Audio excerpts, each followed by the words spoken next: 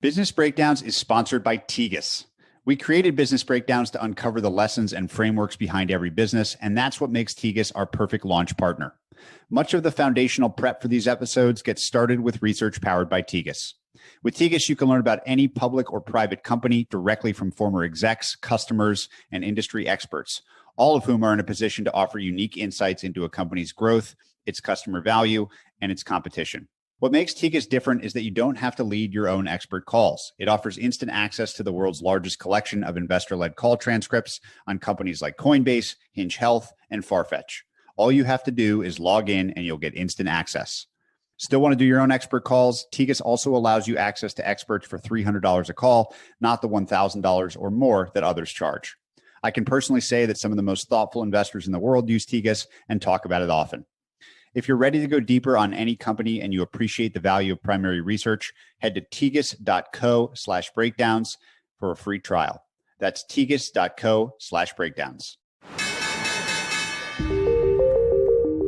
This is Business Breakdowns. Business Breakdowns is a series of conversations with investors and operators diving deep into a single business. For each business, we explore its history, its business model, its competitive advantages, and what makes it tick.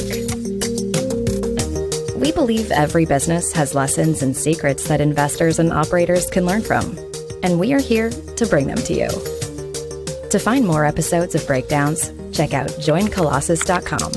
All opinions expressed by hosts and podcast guests are solely their own opinions. Hosts and podcast guests may maintain positions in the securities discussed in this podcast. This podcast is for informational purposes only and should not be relied upon as a basis for investment decisions. Today, we are breaking down Taboola, a company you may not know, but one you've definitely seen. When you read articles on CNBC, Bloomberg, or The Independent, Taboola powers the sidebar and banner recommendations for what you should read next. The company works with publishers and advertisers to help readers discover what's new and interesting. Founded in 2007, Taboola recently went public and is now the leading recommendation engine for the open web.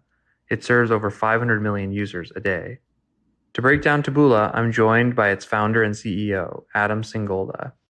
During our conversation, we cover the ways in which Taboola's value prop differs from Facebook and Google, unpack the advertising concepts of yield and TAC, and dive into Adam's vision for Taboola, recommending anything, anywhere. Please enjoy this business breakdown of Taboola.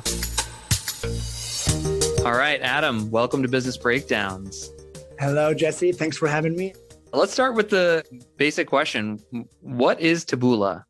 When you read the news on CNBC or USA Today or Bloomberg or The Independent in the UK or Sankei in Japan, at the end of the article, it says, you may also like from CNBC trying to keep you engaged with more content and videos from the site that you're on, as well as content from around the web. We do that.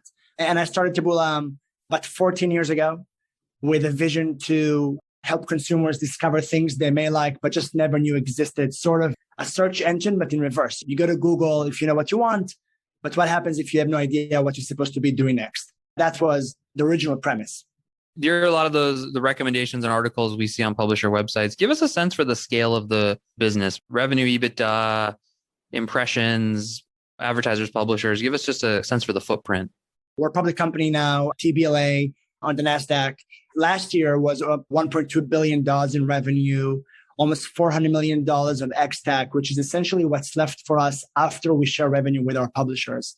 So over the last 3 years, we paid publishers, some of the most amazing journalistic organization in the world, over $2 billion. So Taboola is a significant revenue source to the open web publishers we all like to use daily.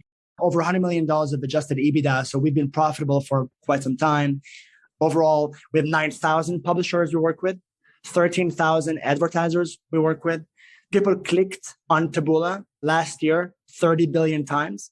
You can imagine that 30 billion times, someone discovered a piece of content, a video, an article, a service that they didn't know existed, and now they do. And we believe, and that's why I started the company back in the day from my parents' house, that when you make this great moment of next, when someone discovers something, you can really make a great impact on people's lives because they discover something they didn't know. And that interests them. It's this curiosity graph. So, and we only have 24 hours a day. That will never change.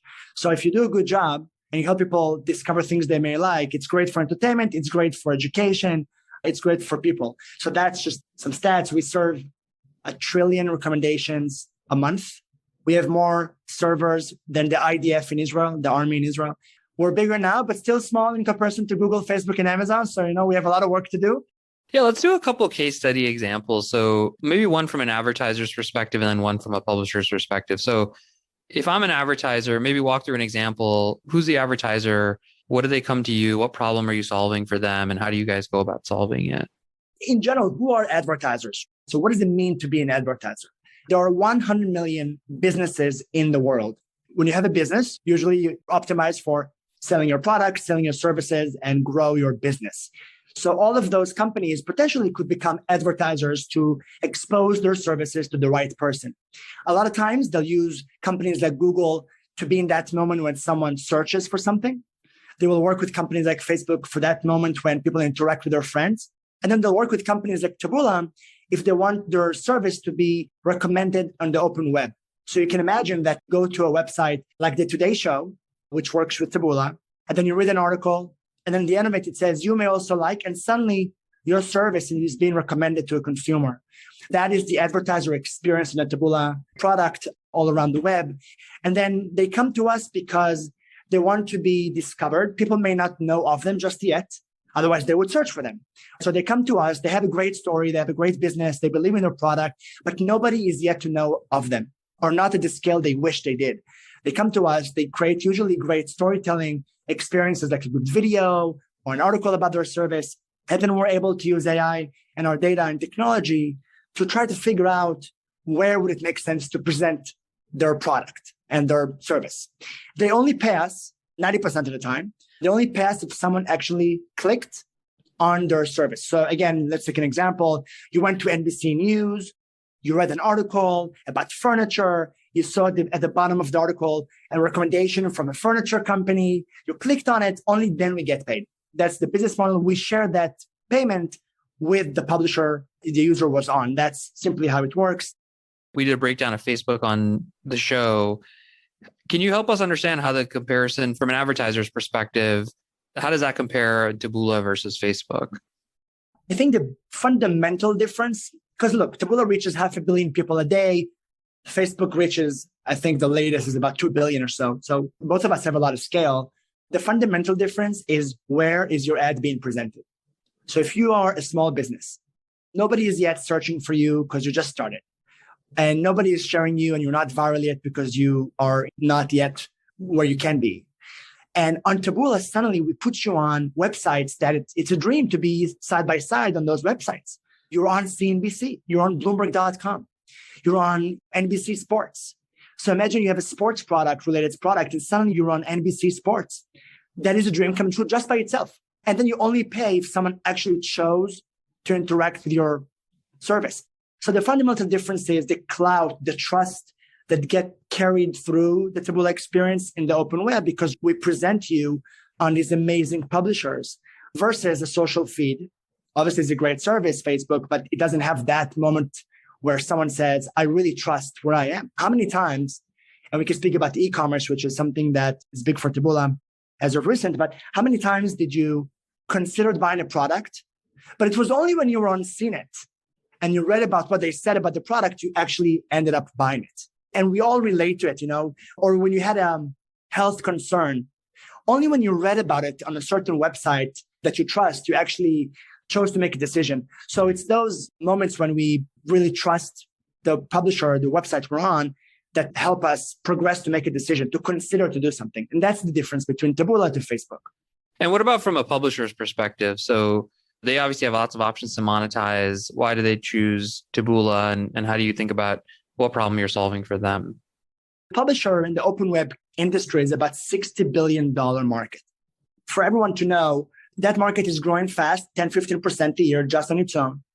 But funny enough, most of the open web is still being monetized using banners.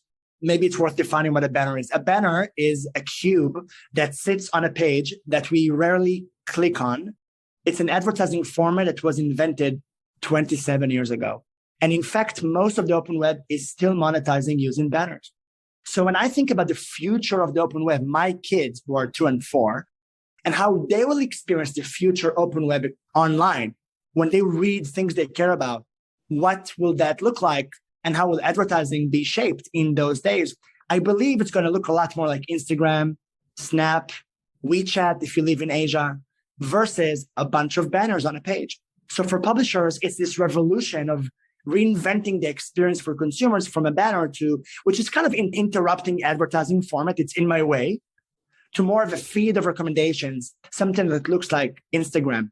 It helps publishers to rethink monetization in a new way. And also Taboola, as opposed to traditional advertising companies, we invest $100 million a year in providing technologies and services publishers want, in any case, beyond money. So things like recirculation of their own content, editorial tools, analytics, subscription services. So as publishers consider who should they work with, they're trying to have less vendors and more partners. So on that front, that's why publishers work with Taboola 3, 4, 5 years exclusively long-term, which is very unique in the internet. Let's go into examples of those two. Like, give us a money example of if you're a publisher, what decisions you might be making, and then why you chose to pick Taboola. And then similarly, like a non-money example, like a product example that you just mentioned, so we can better understand. They'll choose us, I would say, for 3 reasons. The first reason is they're going to look for someone that can be a great monetization partner for them.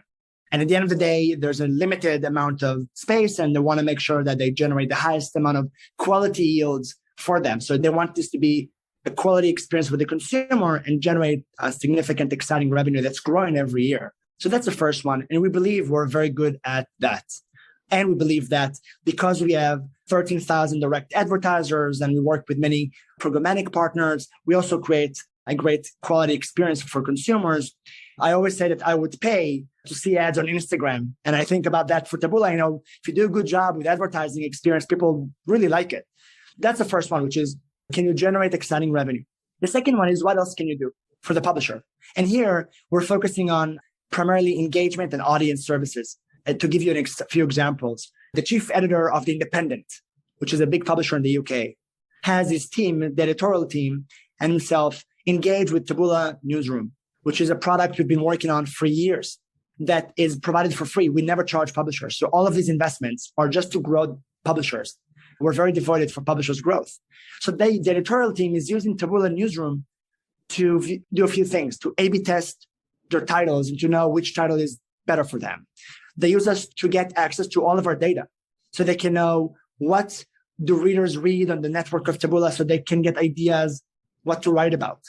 They use us to know which content gets people to subscribe to emails or subscribe to paid services. So now you have an entire editorial organization that is working with Taboola for a completely awesome reason, which is to drive editorial growth. Recirculation, we're one of the top companies in deep learning and AI in Israel. We've been investing in deep learning for about 5 years now as an evolution from machine learning. I would say that's a big revolution. It's almost, you should think of deep learning versus machine learning like the invention of the internet. It's a significant step forward. And it's very difficult to do, and we've been leaders in that. And that helps us to circulate consumers to stay on the website so they don't go back to Facebook. More from CNBC, more from Today, more from USA Today, more from Gannett. All those great publishers, we want you to stick around and never go back to a blue app. And we give that for free. And we invest on AI a lot. And I mentioned last year, people clicked on Taboola 30 billion times. Half of it was keeping consumers on the site. We don't get paid for that, but it's great because users are happy. The pie gets bigger. And then these are just a few examples for how in my vision and my dream and in practice, we're seeing Taboola being used by the entire publisher organization, not only for commercial reasons. And the last one is culture. Publishers are thinking about who do they work with for the next 5 years. I can tell you, and I'm sure many of you listening to this relate, we're talking on this podcast and in general, a lot of times about technology. But at the end of the day, people do business with people.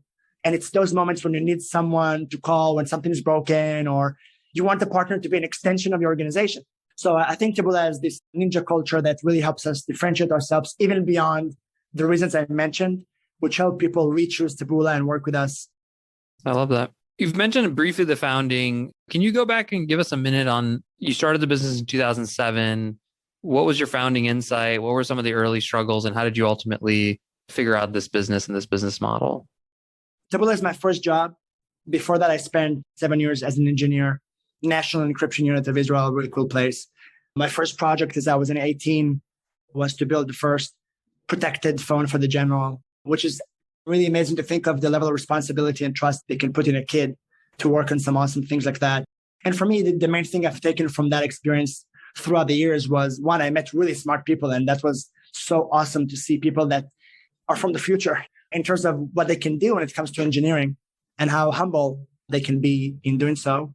The biggest thing I've taken from that experience was mainly culture, how flat I wanted my organization or to always be and how transparent I wanted it to always be. And I've taken a lot of those experiences into Taboola. The reason I started Taboola as I graduated out of the army, I was in my parents' house because I don't make a lot of money in the army, so I couldn't really afford my own place. But my parents gave me a great room, so I'm very thankful for that. I bought my TV, which I saved money to buy, and I couldn't find anything to watch on television. And I thought, I should not be looking for TV shows. TV shows should be looking for me. We've all had this experience. And I said at the end of the day, you're looking for something to watch. You spend 30 minutes browsing, and then you close the TV because you're frustrated. So I went to my mom like a good kid, and I told her, Mom, the world is going to change. You go to Google if you know what you want, but what happens if you have no idea what you're supposed to be doing next? And she said, son, I like you, but what the hell are you drinking? Enough with it. And I told her, no, I'm convinced this is the future. We're very good friends.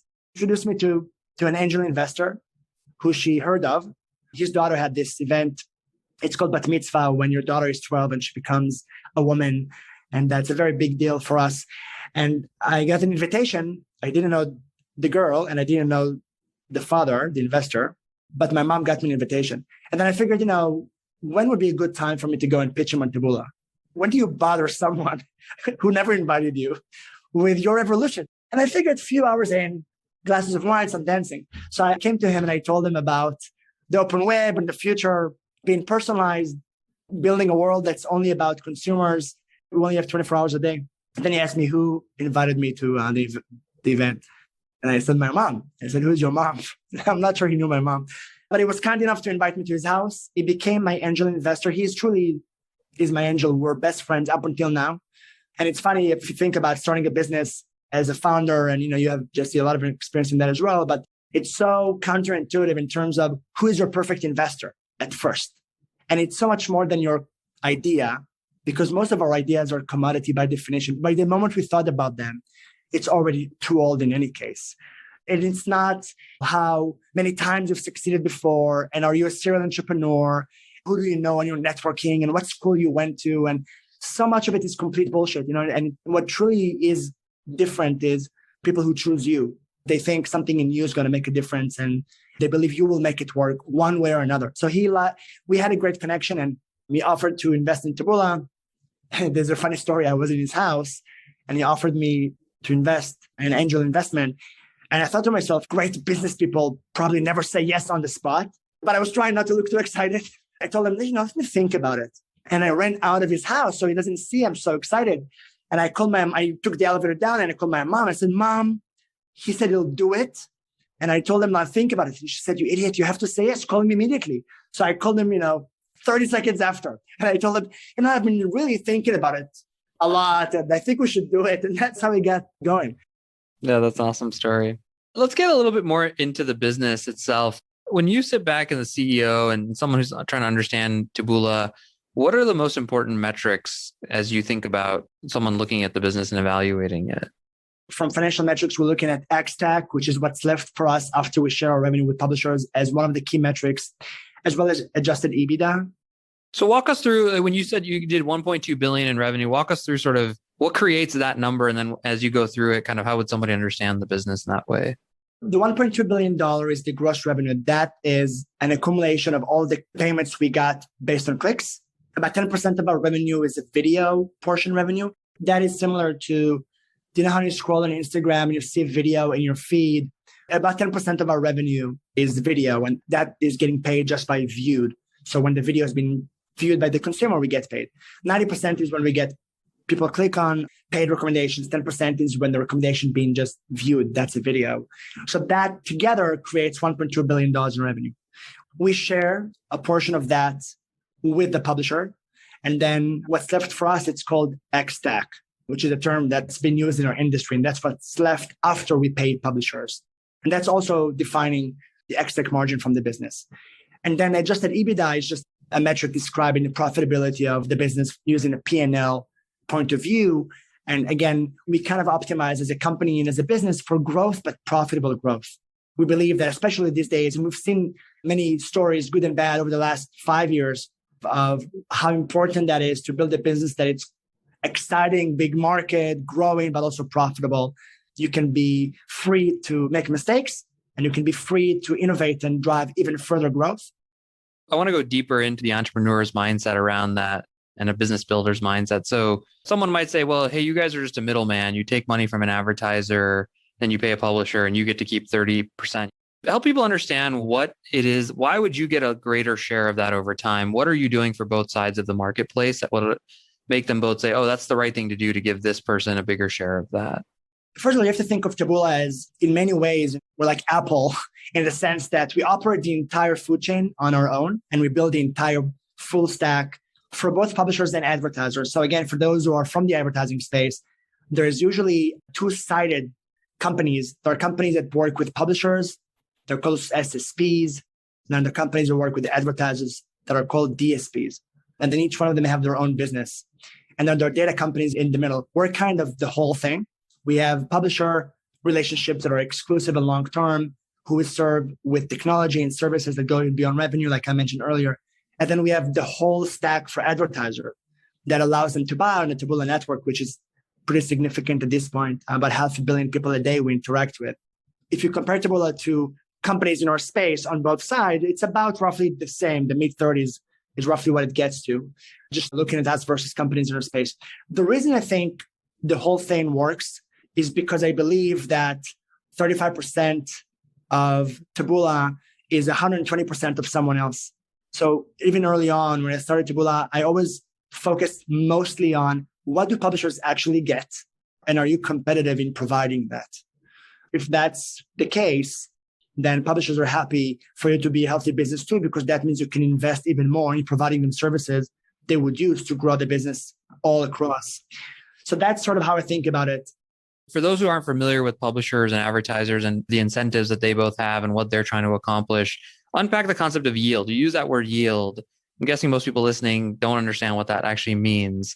So what do you mean when you say yield? And talk about the advertiser. Another way to ask it is, why not give you 10%? Why not give you 80%? What math are they doing that matters to them for they're comfortable to pay you? And then on the flip side of that, why is a publisher willing to accept that rate from you? Taboola is a performance marketplace. We don't care how much you pay. You pay as much as you want to pay as an advertiser, and you only stick around if it works. We have no rate cards. We don't tell you pay this for that and pay this for that. You can pay a penny, you can pay $1, it doesn't matter. And you stick around only if it drives the threshold that you're looking to achieve as a business. So let's take an example.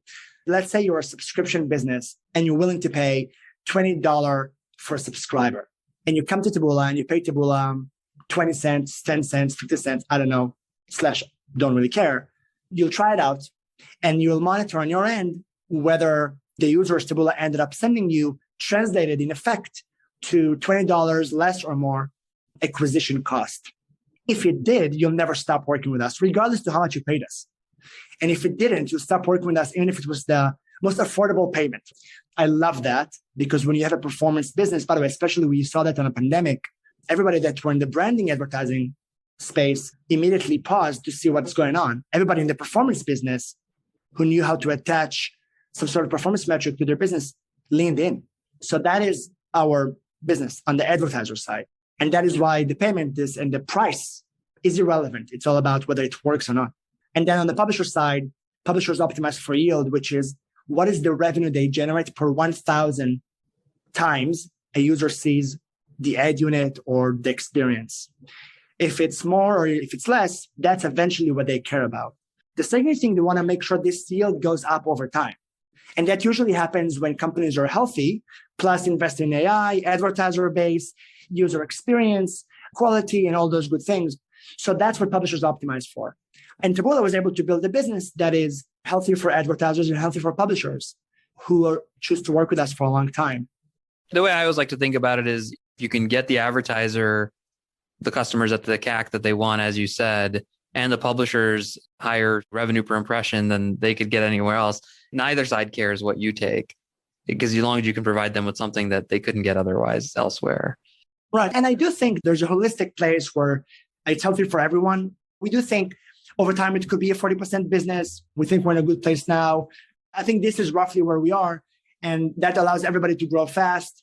And again, what I like about our business, our culture, it's that it's very tied to data and performance versus wine and dine. I don't need to take anyone for a great glass of wine because they don't care. And they only care if it works. And that's an amazing place to be. Talk a little bit about that marketplace and yield dynamic.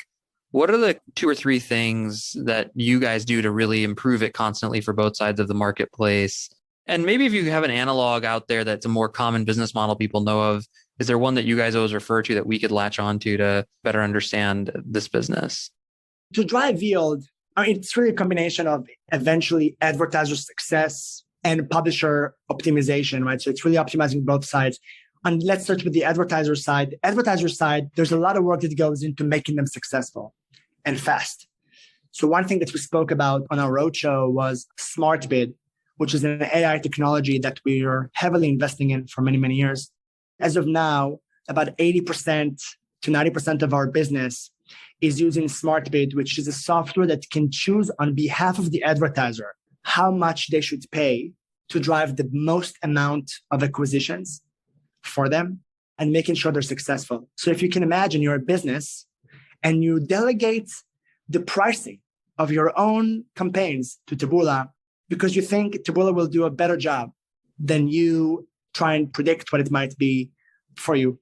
And that's incredible because it means that the advertisers are actually getting what they want and we're able to optimize for them using machines as well as our content review team, which makes sure that the quality and all of those things are safe. So that's something we invest a lot around, which is just mainly advertiser success. We want to make sure that whether you're a self-server advertiser, which means you came through the website and you tried it out, paying, $50, or whether you are a bigger brand who have an agency or not and are coming into Taboola, all of those instances are able to use technology to drive ad success for them. With bigger brands, we talked about it also a lot recently, they have different expectations. They want to make sure that their ads are viewable, that they're in a very safe environment on their own. We call it high impact placements. It's a whole different package that bigger brands buy from Taboola. That usually means that we serve them on homepages, in the middle of the article, on section front. It's where they get bigger formats visible on the page. Usually they pay per view, the CPM payment. And then we offer them double verify and many other partners that help them feel they get what the metrics they need to get. So all of those things are meant to help advertisers succeed. And that helps them work with us, increase their budgets, come back again, renew, expand, call their friends, and all those good things. Publishers, it's even more than that, because over there, we have work that relates to, again, AI, predict which ad might work for the consumer. There's the format. Jesse might be more of a carousel format. He really likes to swipe left and right. That's who he is as a person. Me, Adam, never will swipe left and right. Don't like carousels. So how does that work?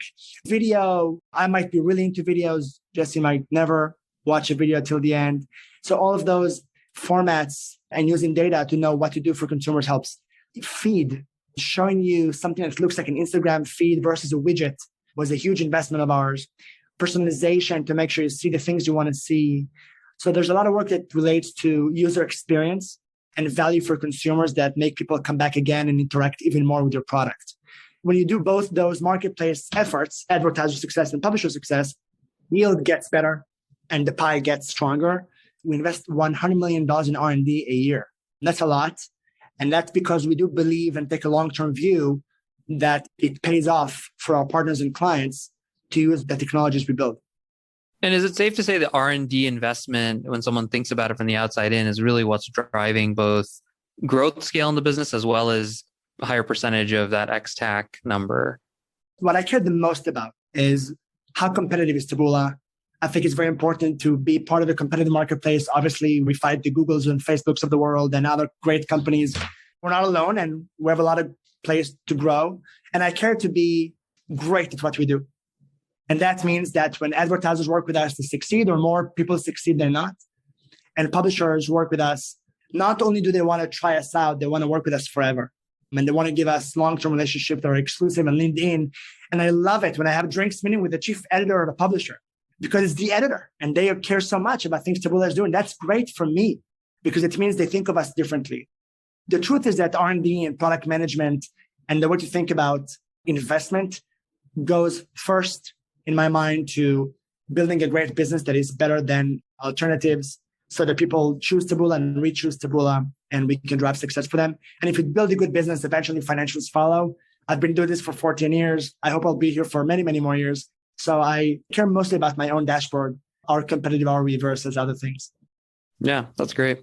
There's the sales and marketing investment, which is the last big line item on the P&L. Talk about how you think about prioritizing sales and marketing investments vis-a-vis the growth of Taboola. I think it's very important, especially when you're a global company like Taboola. Some companies are very US-based or key, sort of few market-based. Taboola is less than 50% of our revenue at this point is in the US. So we're very global. But that also comes with a lot of investment because when you start a new market, it takes many, many years to make it mature. So it's mostly an investment. We take a holistic long-term view that is very global. We have hubs. So we have a hub in the UK, a hub in Thailand, and other regions. And that helps us to start with a stronger seed from a single place that sells to the entire region. And then over time, we expand beyond that, which helps us to mainly focus on the culture. We have people in one place that get to experience the Taboola way. And then over time, we expand to local countries where the market becomes big enough and we get to do that. Or we want to take an investment. So I think it's very important from a marketing perspective, content marketing. We have a blog we invest a lot in, feed marketing, people on the ground that are doing events and partnerships and all those things. We, of course, participate in the Taboola network. We buy from our own selves to try to promote Taboola and self-service, as well as other companies. I think it's important. I mainly, from a brand positioning, I try to invest in storytelling and interact with people like Q, Jesse, and others, and just basically create great conversations that speaks about the story versus putting a banner of Taboola somewhere. That makes great sense. The sales and marketing investment, maybe talk a little bit about how does scale work in a business that's a marketplace like this? What constrains scale or what allows you to get even more scale as you think about growing the business? Because Taboola is a supply-demand marketplace, we're kind of growing at a similar pace. You rarely see unique oversupply, unique overdemand. There is always more demand than supply in our business. There's always more advertisers who want to participate because we're performance advertising. By virtue of being a performance company, you usually have more budgets than you can deplete, which is very similar for Google and Facebook, I'm sure. But then your growth comes step by step together. You grow your publisher base. You get this network effect, actually, because the more publishers you have, more consumers, you're reaching more consumers, people click on Taboola more, you capture more data, you become more efficient, your AI gets smarter, and then you're able to drive more advertiser success. More advertisers can come in because you're succeeding even more, and then your yield gets better, which we spoke earlier about. So this flywheel is important, and scale matters in our business. Taboola at our size now, it is a better, stronger company than Taboola at half our size or 10th our size. So it is important for us to continue to grow profitably because it drives this marketplace dynamics that more publishers, more data, more users, more clicks, better yield, even more publishers and more advertisers and so forth. So the supply demand kind of grows linearly in a natural way. You don't see this logarithmic growth rarely, and that helps us stay healthy and win those network effects that I'm speaking about. You talk about network effects, and obviously there was a public deal announced with Outbrain where you guys were going to merge with them. Talk a little bit about the logic behind that. Obviously it didn't happen. You don't need to talk about that, but what was the logic behind that? And then maybe the vision, and give us a sense for how that relates to your business. Both Outbrain and Taboola really wanted to get to be one. We spent a year trying to do so. I'm really happy we tried. I think it didn't work because, pandemic happened and the world happened and it's been a year and we both decided we better off parting ways than staying one. But I'm happy we tried. What was the biggest logic behind that deal? We saw similar passion for the open web and publishers, and I think we appreciated each other being in the space. So we had good juju going into it. So why do it was obvious. That's why I went to the end, because why do it? It was obvious that we had enough appreciation for each other and mutual passion for similar things to give it a shot. It didn't work out for the reasons I mentioned. And then for me, we left off, I believe, a better version of ourselves. We got to know ourselves even more. We learned that there's no evilness on any one side, and we just have to go back into big market and go do the work. And then on the other side of it, we took Taboola public. And recently you guys announced a deal with Connexity. Can you talk about that deal? What's got you excited about that? And then maybe even one level up of your M&A perspective and how you're thinking about M&A in the future. So when you think about Taboola over the next 10 years, you should think of Taboola growing in two areas. One is Taboola growing expanding to recommend anything. Today, you see Taboola recommending news and direct-to-consumer services. But over time, we'll recommend you anything you might like. Products, video games, apps, a space you know very well. So that's one area. And the other area is where else can Taboola be? Over time, you should expect Taboola to be on any phone you buy, like Apple News, but on any Android, or on any connected TV, helping you discover shows. Any car, my car has Spotify for music. Why don't I have Taboola? It's crazy my car has no Taboola to give me podcasts and local news that I really like. So over time, we'll be anywhere. And I think people will be interacting with recommendation engines a lot all around them. Where does Connexity fit in that growth in the Taboola expanding to recommend anything? We saw this huge opportunity. We've been dreaming of e-commerce for years because it makes so much sense for us to recommend you what to buy, especially as I think you trust publishers a lot more when it comes to considering products versus anyone else. And I mentioned that, Better Home and Garden, when you go there, you trust them so much more. It's a brand you trust, you read their stuff, and now they recommend your products. So we've all been there and seen it before. So we liked e-commerce. I think on the back of a pandemic, we liked e-commerce even more. We've all been home. We went through the challenges and also our desire to still be connected and interact with brands we like. I'm sure many of you have noticed more boxes outside of your door and also your neighbors. And I think we're buying online. We buy many things online these days. Healthcare services. We go to the doctor on our iPhone. We buy clothes, never tried them before they come to our house. We really buy a lot more in new ways. Had I told you in 2019, you will be going to your doctor on your phone, in 2020, you would think I'm crazy. And now you do it. So I think on the back of consumer behavior changing forever, as well as being a huge market, it's a $35 billion TAM in the US alone. It made so much sense for us to get into that space. In fact, I believe that publishers that will not have a significant e-commerce business in 3 to 5 years will be at risk, because I think that's going to be a huge opportunity that some will tap into in a big way and some will tap less. As you're looking down the horizon here in the coming 10 years, if you guys are wildly successful beyond even your vision, tell us the top 2 or 3 things that drove that and happened in the business. What we just talked about holistically. So I think, first of all, you have a $60 billion of banners that I think there's a better way of rendering the internet with feeds of recommendations. I think my kids will experience an internet that looks like Instagram. So over the next 10, 20 years, I believe there's going to be an opportunity to replace interrupting advertising formats with invitation-based advertising formats that users really like, in a feed format, personalized, side-by-side to editorial recommendations. That is a big journey ahead of us. There's a lot of work we need to do and a lot of investments we need to make. And side-by-side to that is, what else can Taboola recommend? We just talked about commerce, but Taboola should help any app. There are millions of apps out there that is very difficult for them to be discovered. How do you get apps to be discovered? Games, one of the top markets, growing markets these days, very difficult to be discovered by gamers, unless you're the top 10. It's a very 90-10 market. A few games make most of it, but what about the rest? So it's like music. I'm very obsessed about unbundling those who are yet to be famous and making that moment of discovery. So I think all of those industries will be part of Taboola. And the second thing, like I mentioned, is spoke about Taboola with Samsung in Brazil.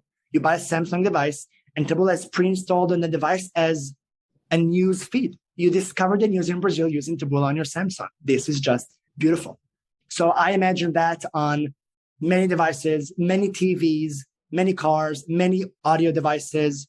That will help us expand our user attention and bring our publisher partners anywhere we may be. You will never see Taboola competing with our publisher partners. That will never happen. So we'll never be a consumer company. Nothing interesting for consumers will ever be on Taboola.com. We're a B2B company. We'll never fight our publisher partners. We'll never be in conflict with them. I think social companies have. that is our future. Be the first and hopefully significant B2B open web company, recommendation company in the world. The big ones I heard you say there, obviously there's verticals like gaming and e-commerce, there's platforms, and then obviously the broader open web together. Can you talk a little bit about the privacy and the world of cookies and your view on that? And do you view that as an opportunity? Do you view it as a threat? Give us a sense for that. It was discussed in the market in general. And of course, with us, we've been talking about it a lot. Because Taboola has a direct relationship with publishers, we are not buying inventory. We create our own experience, which is a combination of the publisher's own editorial recommendation, as well as paid recommendations, right? So Taboola, half of the clicks on Taboola are not even on ads. They're on the site's own content. We are the recommendation for the site's editorial content. Because of that level of intimacy with the publisher and relationship and trust, our integration is great directly into the page, which means that we have a much better access to consumers interacting with us. It's anonymized. We have no idea who they are, but we see them coming back again and again. People click on Taboola 30 billion times, and it helps us create this. People who read this also read that, like Amazon. People who buy this also buy that. Advertisers can tap into and drive performance and conversion for them. And then advertisers, a very small portion of our revenue is using retargeting and things of that nature, which is third-party cookies, which is what companies like Apple and others are blocking. So what happened was, and I never knew a decade ago plus when I started Taboola, it will become important, is that because Taboola is a performance company, we don't buy inventory. Most of our advertisers don't use third-party cookies with us. They use our own pixel on their page, smart bid, contextual signals, and then publishers and quality of integration help us do that good of a job and create this curiosity graph, this Amazon lookalike. And so now that helps us to navigate third parties being changed over the last many, many years, by the way. We haven't modeled the downfall and we haven't said it's going to be, an upside. We've been conservative, but we are excited and comfortable with where we are. So what about the other side of the question? Like when you look down the next 10 years, what are the biggest threats? What are the biggest risks that you're thinking about for Taboola? I do believe it's a big market. And I think the fact companies like Apple, and Apple is a very good company and a very good consumer company, the fact they integrate news and services under Eddie Q, who's a very good person, the executive at Apple who runs that. And the fact Apple cares about it so much makes me very optimistic. It's almost like a crystal ball into the future. It means companies like Apple believe that bringing the open web into every iPhone is great for consumers.